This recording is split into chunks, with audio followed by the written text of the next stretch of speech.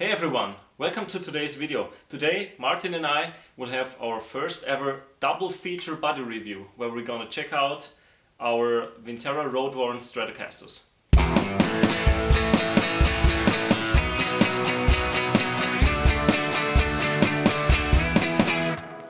So Road Worn or Relic guitar in general are a rather controversial topic.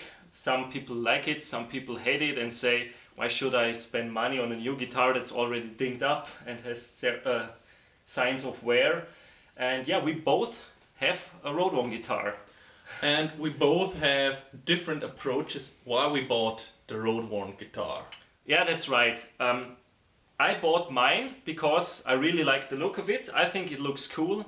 And I also like the custom shop guitars, the Fender custom shop guitars with their relicing. I don't like the heavy relic, but yeah, the light relics, I really like it a lot. And I've played some in shops and I especially like the feel of them.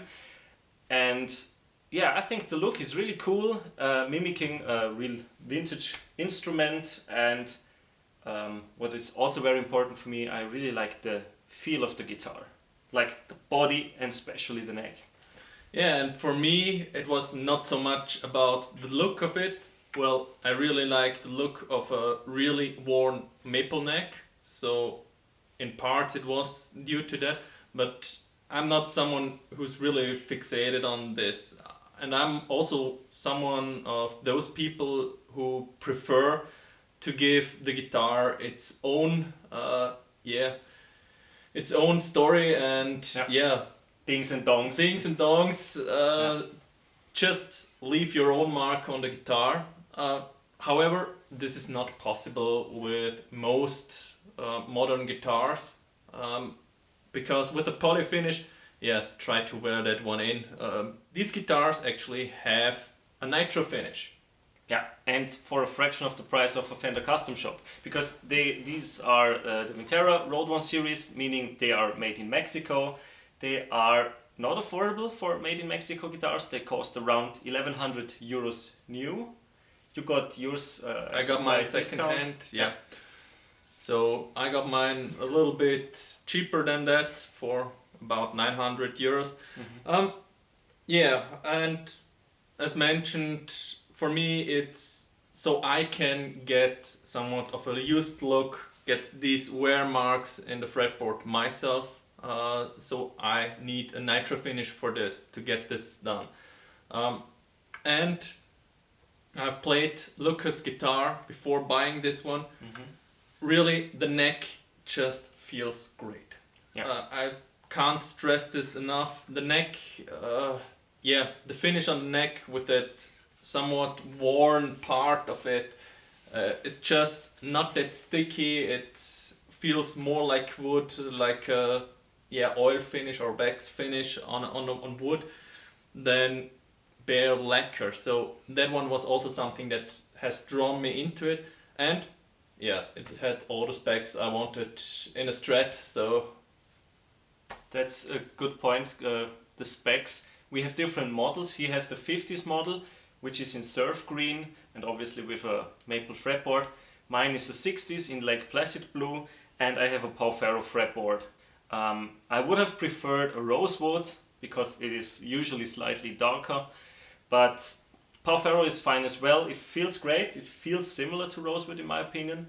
And so I'm okay with Pau-Ferro as well.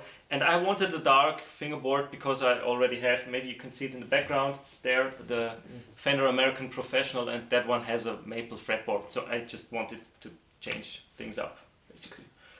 Yeah, and for me, some will argue, well, you could have bought just the neck and get a body and put this on. Yeah, the neck, you've looked it up, about 500 euros. Here in Europe only the neck is 500 euros, and you need to buy the rest separately, which will end up probably more expensive. Yeah, and you don't have the resale value in the end with a parts caster. If true. It does not, if you don't like the guitar. Mm-hmm. Yeah. So should we go through the rest of the specs quickly? Let's go quickly through the specs. Okay, so we have vintage style tuning keys. We have 21 vintage tall frets, 3 single coins, 5-way switch, so that's pretty much standard. The first tone knob is for the neck, the and neck the middle. and the middle, exactly, and the last tone or the second tone knob is for the bridge only. Vintage style tremolo with 6 screws, and yeah, anything to add? I think that covered most of the basic specs. Did you have the fretboard radius? Oh, 7 and that's a quarter important. inch radius. True, that's also vintage spec'd, and I've read online in forums that many people don't like this vintage radius with 7 and a quarter because it's much rounder. It's great for chord playing, but I also think it works great for bends and for lead lines, so I have no problems with the radius, but it's my only guitar with this round radius. It works with lead lines. I have more problems, can't really say problems with it, to get the bends properly and have the range for the bends. You need to have a little bit of a higher action. True, otherwise you just need to get the radius right with the bridge, otherwise you will have a little bit of bass probably. Yeah, that's something, so you have to be used with a little bit higher action for that. Also, if you're bending over the radius, you need a little bit more force, because when the radius, especially if you're going with the B and G string, for a full tone bend, you get over the middle of the fretboard, and from there on the radius goes back down, so you need to press more down so it stays on the fret. Otherwise, if you are used to a 12-inch radius, for example, and just press and bend in this direction, the string will get away from the fret, and you won't fret it anymore. So yeah, it took me some time to get used to it. Don't know about you. Did you get used quickly to the rounder radius? Yes and no. It needs some time to adjust. There are still things I'm not really comfortable playing on it. As you said, chords, especially with the thumb over the neck, over the fretboard. It really feels good because, it's just really ergonomical in this way. So when we compare these two models, apart from the fretboard material and the different finish, the different color, there's the neck shape. That's a big difference. Martin's 50s has a vintage soft V. Soft V is just, it's just called soft V. It's a soft V. It's a little bit thicker, but it's not huge. Yeah, I think if you might turn it also a little bit, we can see eventually the difference. It's not by much. No. And for me personally, I don't feel it this much thicker than actually your C-shaped guitar. Just a different shape. It's just a different shape. It is thicker, however, if you play it in a classical style. I know what you mean. But if you grab it like this, my hand, at least my hand, I'm not sure if it's for everyone because I have not too small hands actually. If I grab it like this and with the thumb over it, my hand forms a V already. So it just fits right in there, and with the C I have a little bit of space just underneath here, so I have pretty much the same grip on both. With this one I have more contact on it and a little bit more comfortable. For me personally, a little bit more comfortable. Someone else might like just to have it looser in the grip.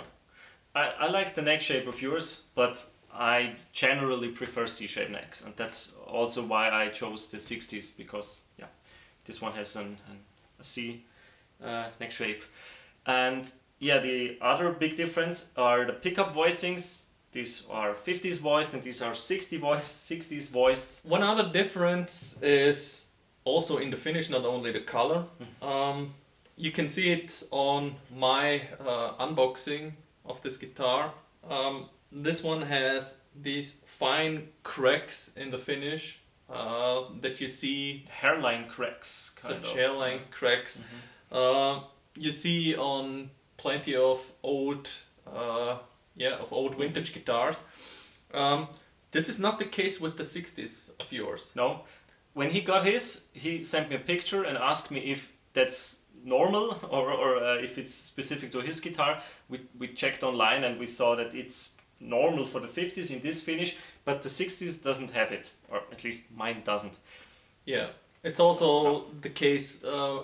Some commenters already commented that they have it also on the Fiesta Red, so it's just the 50s. The 50s has this.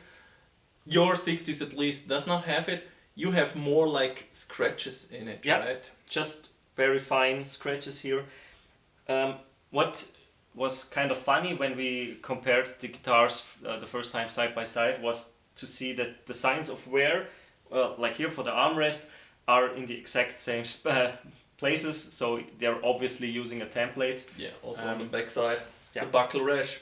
It's just, for example, the same things and dongs and signs of wear. If you put it to the side, maybe.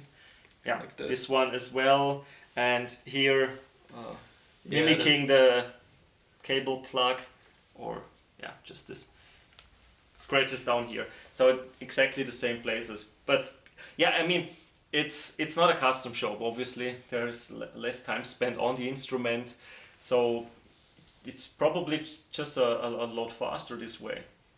It certainly is. Other than that, have you made changes to your guitar?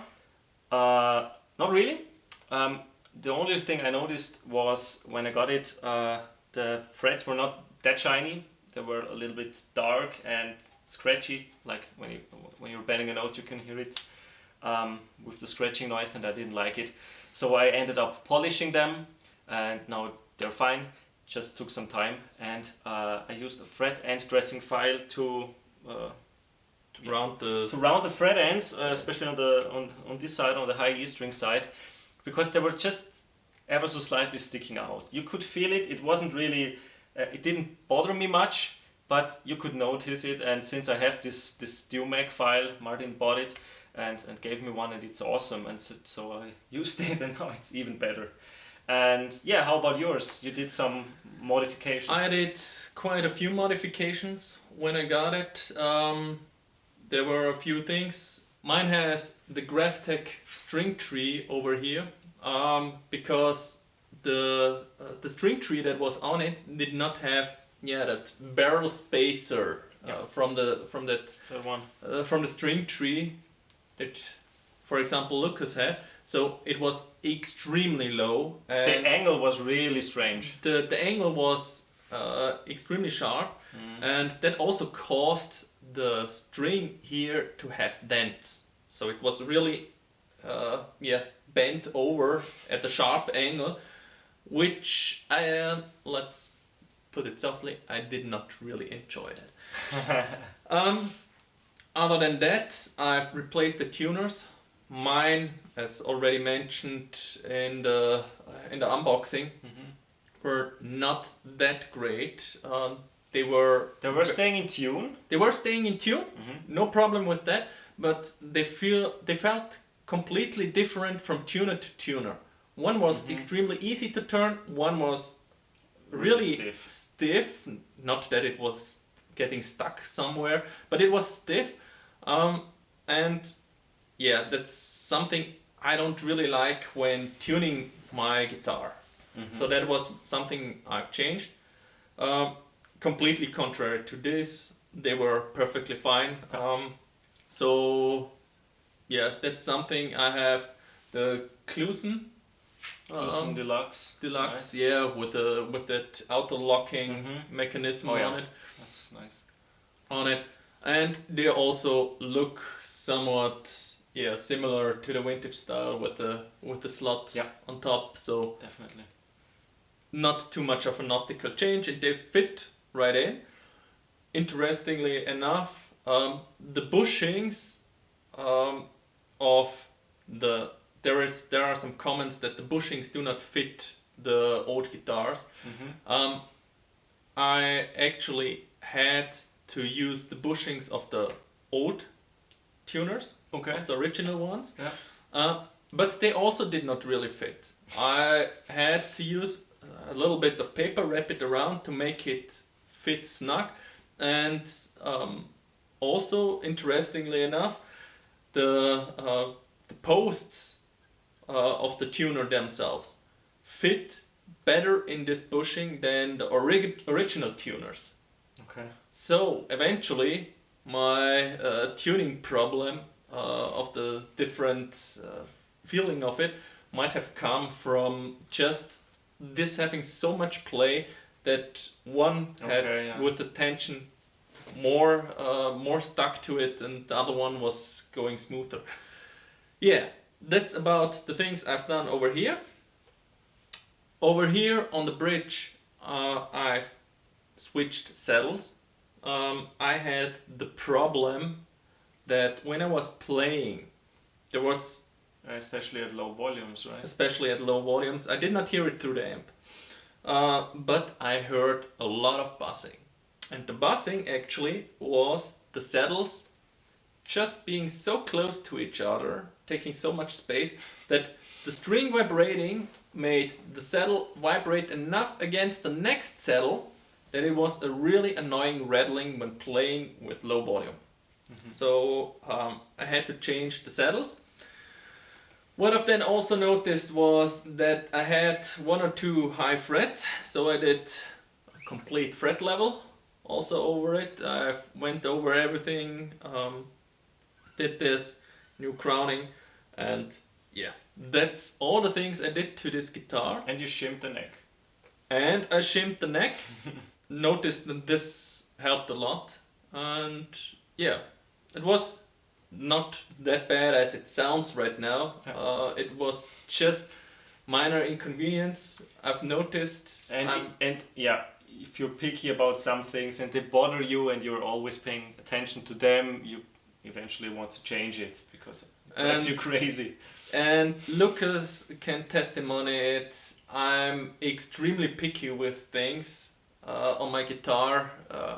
Well, yeah, but you can fix it yourself. So I can fix it myself. And yeah, we've played a few custom shops in the shop together, and yeah, none of them play like my guitars. Yeah, that's true. They didn't feel as good, which is strange for an instrument that costs 3 or 4 times as much. Yeah. But yeah, should we go to the sound samples? Let's go to the sound samples. We're both playing through the Spark 40. You can see in the back, using 2 different presets Martin made. The first one is an ODS, which is the new Dumble amp that came with the latest firmware update. And the second preset is it's inspired by Layla, by the song by Eric Clapton. And we're using a Fender American Deluxe on that one. Even though he used a champ on the original recording. True. We don't have a champ That's in not the Spark. That's not on the Spark, exactly. Neck pickup.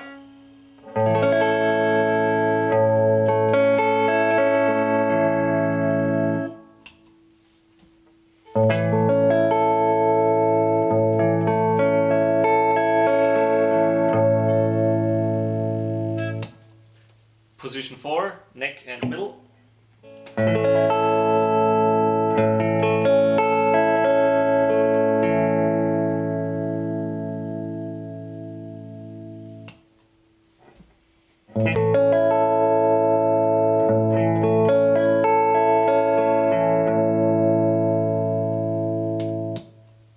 Middle.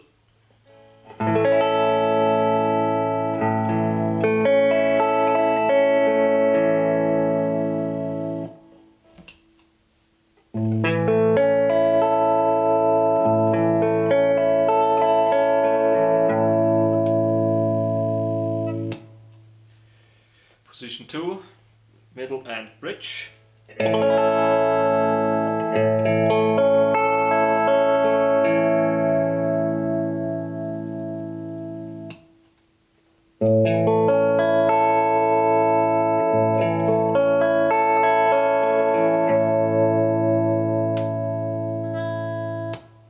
A bridge.